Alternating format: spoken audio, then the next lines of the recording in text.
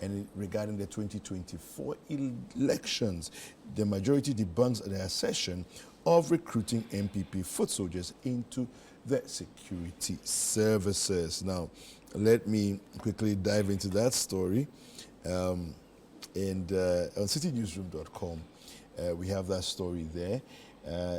It's fascinating how, we're always looking at trading accusations back and forth and then doing equalization.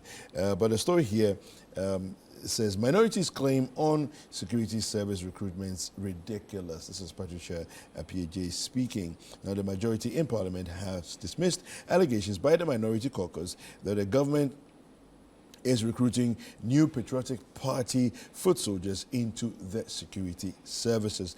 And now, the minority had claimed that 30 slots were allocated to all NPP parliamentary candidates for recruitment into the security services, aimed at compromising the December elections. Now, the Deputy Majority Leader, Patricia Appiagyei, addressed journalists, stating that the claims are unfounded and aim to provoke tension and incite public disfavor against the government.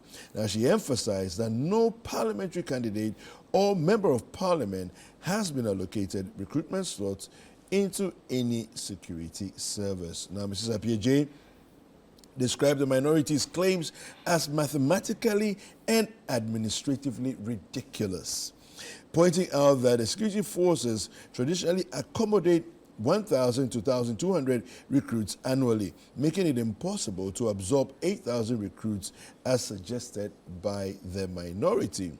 She accused the minority leader, Dr. Kesa Atufosun, of deliberately distorting reality and making malicious publications aimed at undermining the government's integrity. And now, it's essential, and I quote, "It's essential to clarify emphatically that no parliamentary candidate or member of parliament has been allocated any recruitment slot into any of our security services. These claims are not only false, but are a desperate attempt by the minority to incite public disfavor of the government as we approach the 2024 general elections." The minority assertion that 276 NPP parliamentary candidates, including 138 sitting MPs, have each been given 30 recruitment slots is mathematically and administratively ridiculous.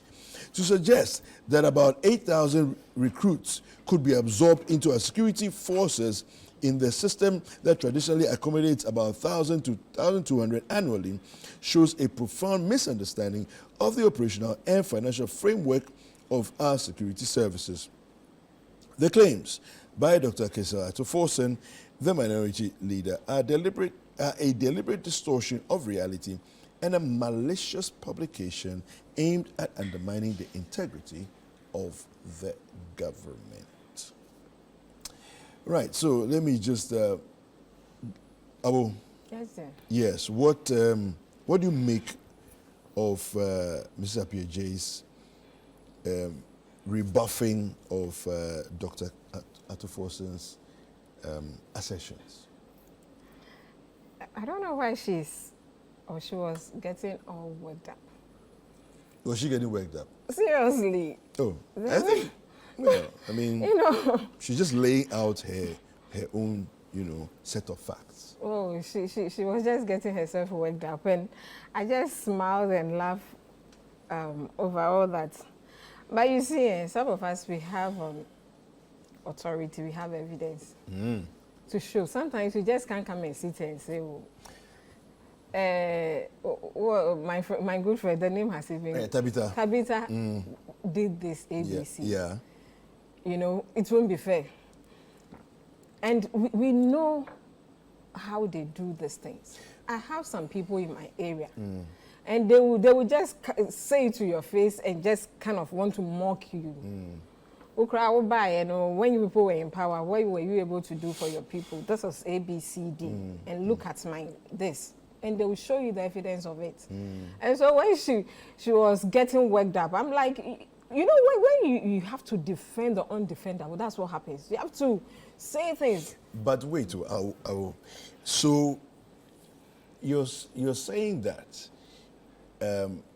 providing, I mean, I'm not sure if Dr. Forsen has since making those comments provided any evidence of such, because if there is evidence, why not show it? Why not provide it? It's the easiest way to debunk arguments. I don't know why he won't do it. Maybe for reasons best known to him, and maybe for parliamentary protocols. You know, even as a parliamentarian, you can't stand on another. You can't go and campaign against your own parliamentarian. There was something like that when I was talking to the MP for Adan. Okay. No, she couldn't come out with her face to campaign for one of her candidates then because she feels parliamentary it's not done. Okay. Especially when it's a female like that. So I don't know what happens in there. I don't know why he's not giving this thing. I wanted to look for something for you, just for your like the way you've been doing. Both parties do on both sides. You leak things into the media. So show us the evidence. Let us also publish the stories, and then we will know that it's actually true evidence. You are a journalist, so maybe you know how to get those things out too. So find a way. I'm a politician. Sometimes some of these things have to even come from you. So if we are able to bring it out, why don't we investigate it further and get to know? You know, I wouldn't want you to see the person's name. But actually, somebody I got angry with. So he sent me a message to bring people to take into the service. It's here. I told them I won't do it. Really? Because I'm angry with him, and I don't want him to sit somewhere one day and say that I did this ABCD for you. This is an MCE, or is it a DC or an MCE? So all of them, he told me he has a protocol. Bring people. I'll put them into the service for you. If you have someone around you who is having the zeal to apply for any of those services, kindly let me know so that I'll let the protocol recruitment officer add their names to the list of people he's helping for me and assist them as well. I see. Interesting. So it's not like sometimes we don't have the evidence, but I wouldn't want you to see the person's name. It's okay. I also don't want to see the person's name. It won't be as if you are betraying the person, but it happens, and we know it. That's why I'm saying that as a journalist, you people can go further, probe into some of these things. And if you see people go around allegations, then you should know that there is something they are trying to hide. It is happening. And we know that these 2024 elections, it's a break, sort of. If you look at the parliament we have now, it should tell you that people were just tired, even in 2022, in 2020, of the NPP. And everything they have done, look at the mess they have really pushed this country into. Look at what is happening around us. But they always want to behave as if they are doing us a favor by voting into power. Look at the borrowing. What have we used them for? Look at our schools. We have free education that we even pay more as parents than we used to pay when I have had the feel of the free education. I've had the feel of where we were paying. But you see, it's only in this country that even boarding school is free. Because I remember when we were in secondary school, I had the feel of the old system, the Cambridge A-level. It's only boarders who used to pay fees at time. So the boarding facility shouldn't be free, especially when you have your children at home. Don't you feed them? Don't you clothe them? Don't you give them a place to sleep? You pay for the electricity that they also enjoy in the house. Now we have homes that we have Wi-Fi so that children can learn and all that. But if for political expediency, we will plug the nation into this kind of difficulty and parents are suffering and the kind of results we are producing. Look, the last time I was trying to ask my daughter who finished, she was a science student. I was trying to talk to her friends there on a platform. And I will use my daughters. How many of you after SHS have gone into the university pursuing the science? What are you doing? Most of them are home. Most of them some have gone into doing something else and all that because the result didn't come out right. If it's only my daughter, then I can say that my daughter is blockhead or she's dull or she didn't do well. And you know you can't even do science if you are not sharp. in this country. You can't even get a science course to do. And it's only one of them who has gone into nursing. A whole class of over 30.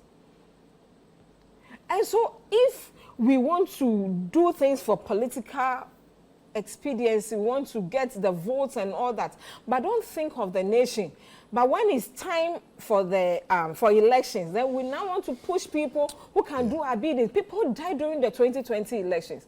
There were, these things are gone. What has the police been able to do? So when there is doomsday and you are running to courts, we had people die. We had a lot of people who died during the 2020 election. What has the police been able to do? The petitions have gone into all these things. Nothing has happened. So if we are saying this, we have it on authority and we know what we are talking about. Why the evidence had not come out? I've read something to you. I don't want you to have the name for a reason, because I can also betray that relationship I had with the person. So some of these things are happening, and we are supposed to safeguard our nations against some of these things. Why are the forms not out? Why are people not applying for it? And people getting into the services on merit, but by protocol, by friendship, by all that thing we have in this government. It's about family, it's about friends, our baby mamas, our in-laws, and all that. And look at where we are. Yeah, but this accusation you're making about friends and family, it's not only in this administration that we've had these accusations. They told us friends and families. Ibrahim Mahama wasn't part of the government.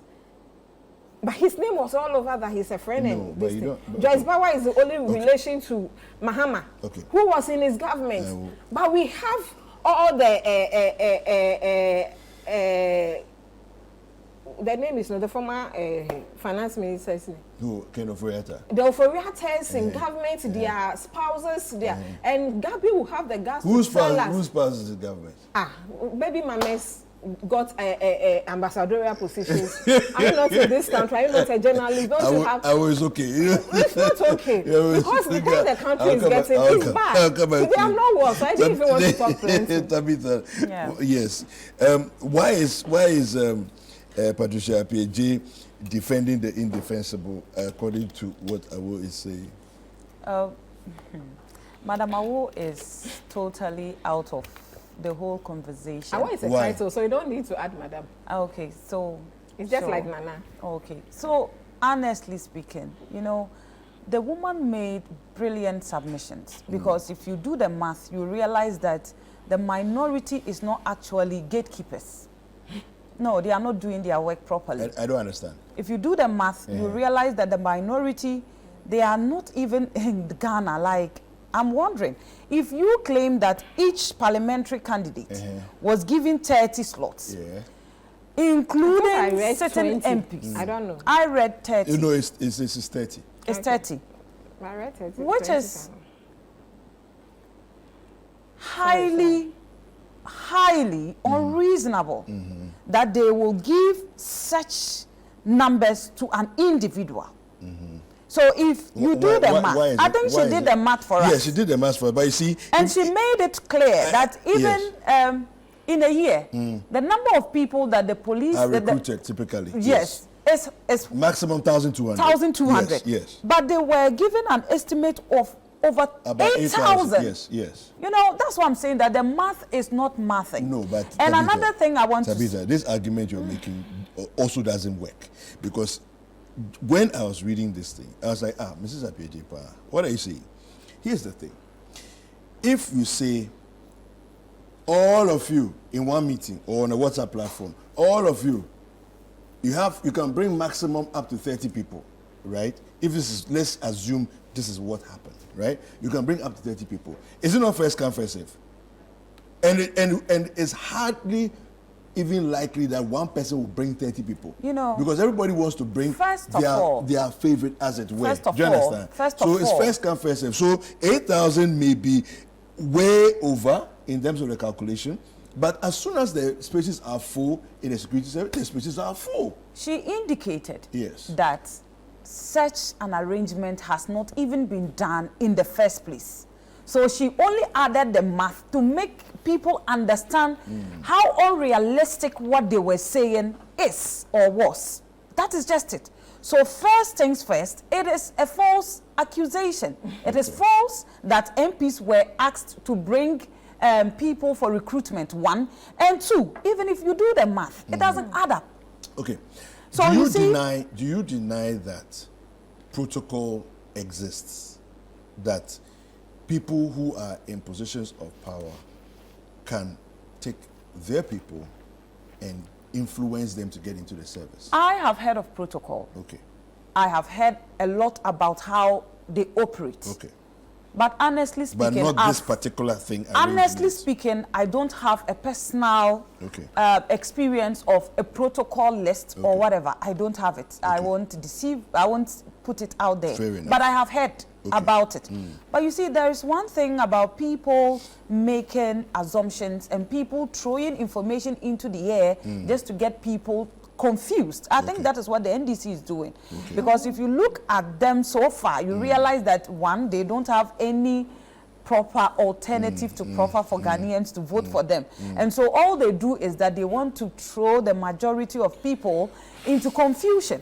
And that is why Madam decided to do the math for Ghanaians to even appreciate that the number they are throwing out there is even unrealistic and can never work. Now you realize that when she was trying to defend the whole mess that their minority caucus did, she couldn't do it. And so she had to digress a little into our free senior high school, which has proven so far to be a step in the right direction, because we have so far attained a lot of challenges. We are not ruling that fact away. But one thing we should never play with in this country is the education of our children. One, the healthcare system of our people, and also the economic status that our people are in. So these three foundations are the foundations that any government or any country that wants to do well in the world must prioritize. And that is exactly what this government has been doing over these years. And if you look at education, of course, there is gender parity, which I am so much happy about, because, of course, I have always been for the girl child. And so, honestly speaking, they should go back to the drawing table. They should have a deep thought, a deep reflection of what Ghanaians want and how they can help solve the Ghanaian problem, rather than making unfounded allegations. Fair enough.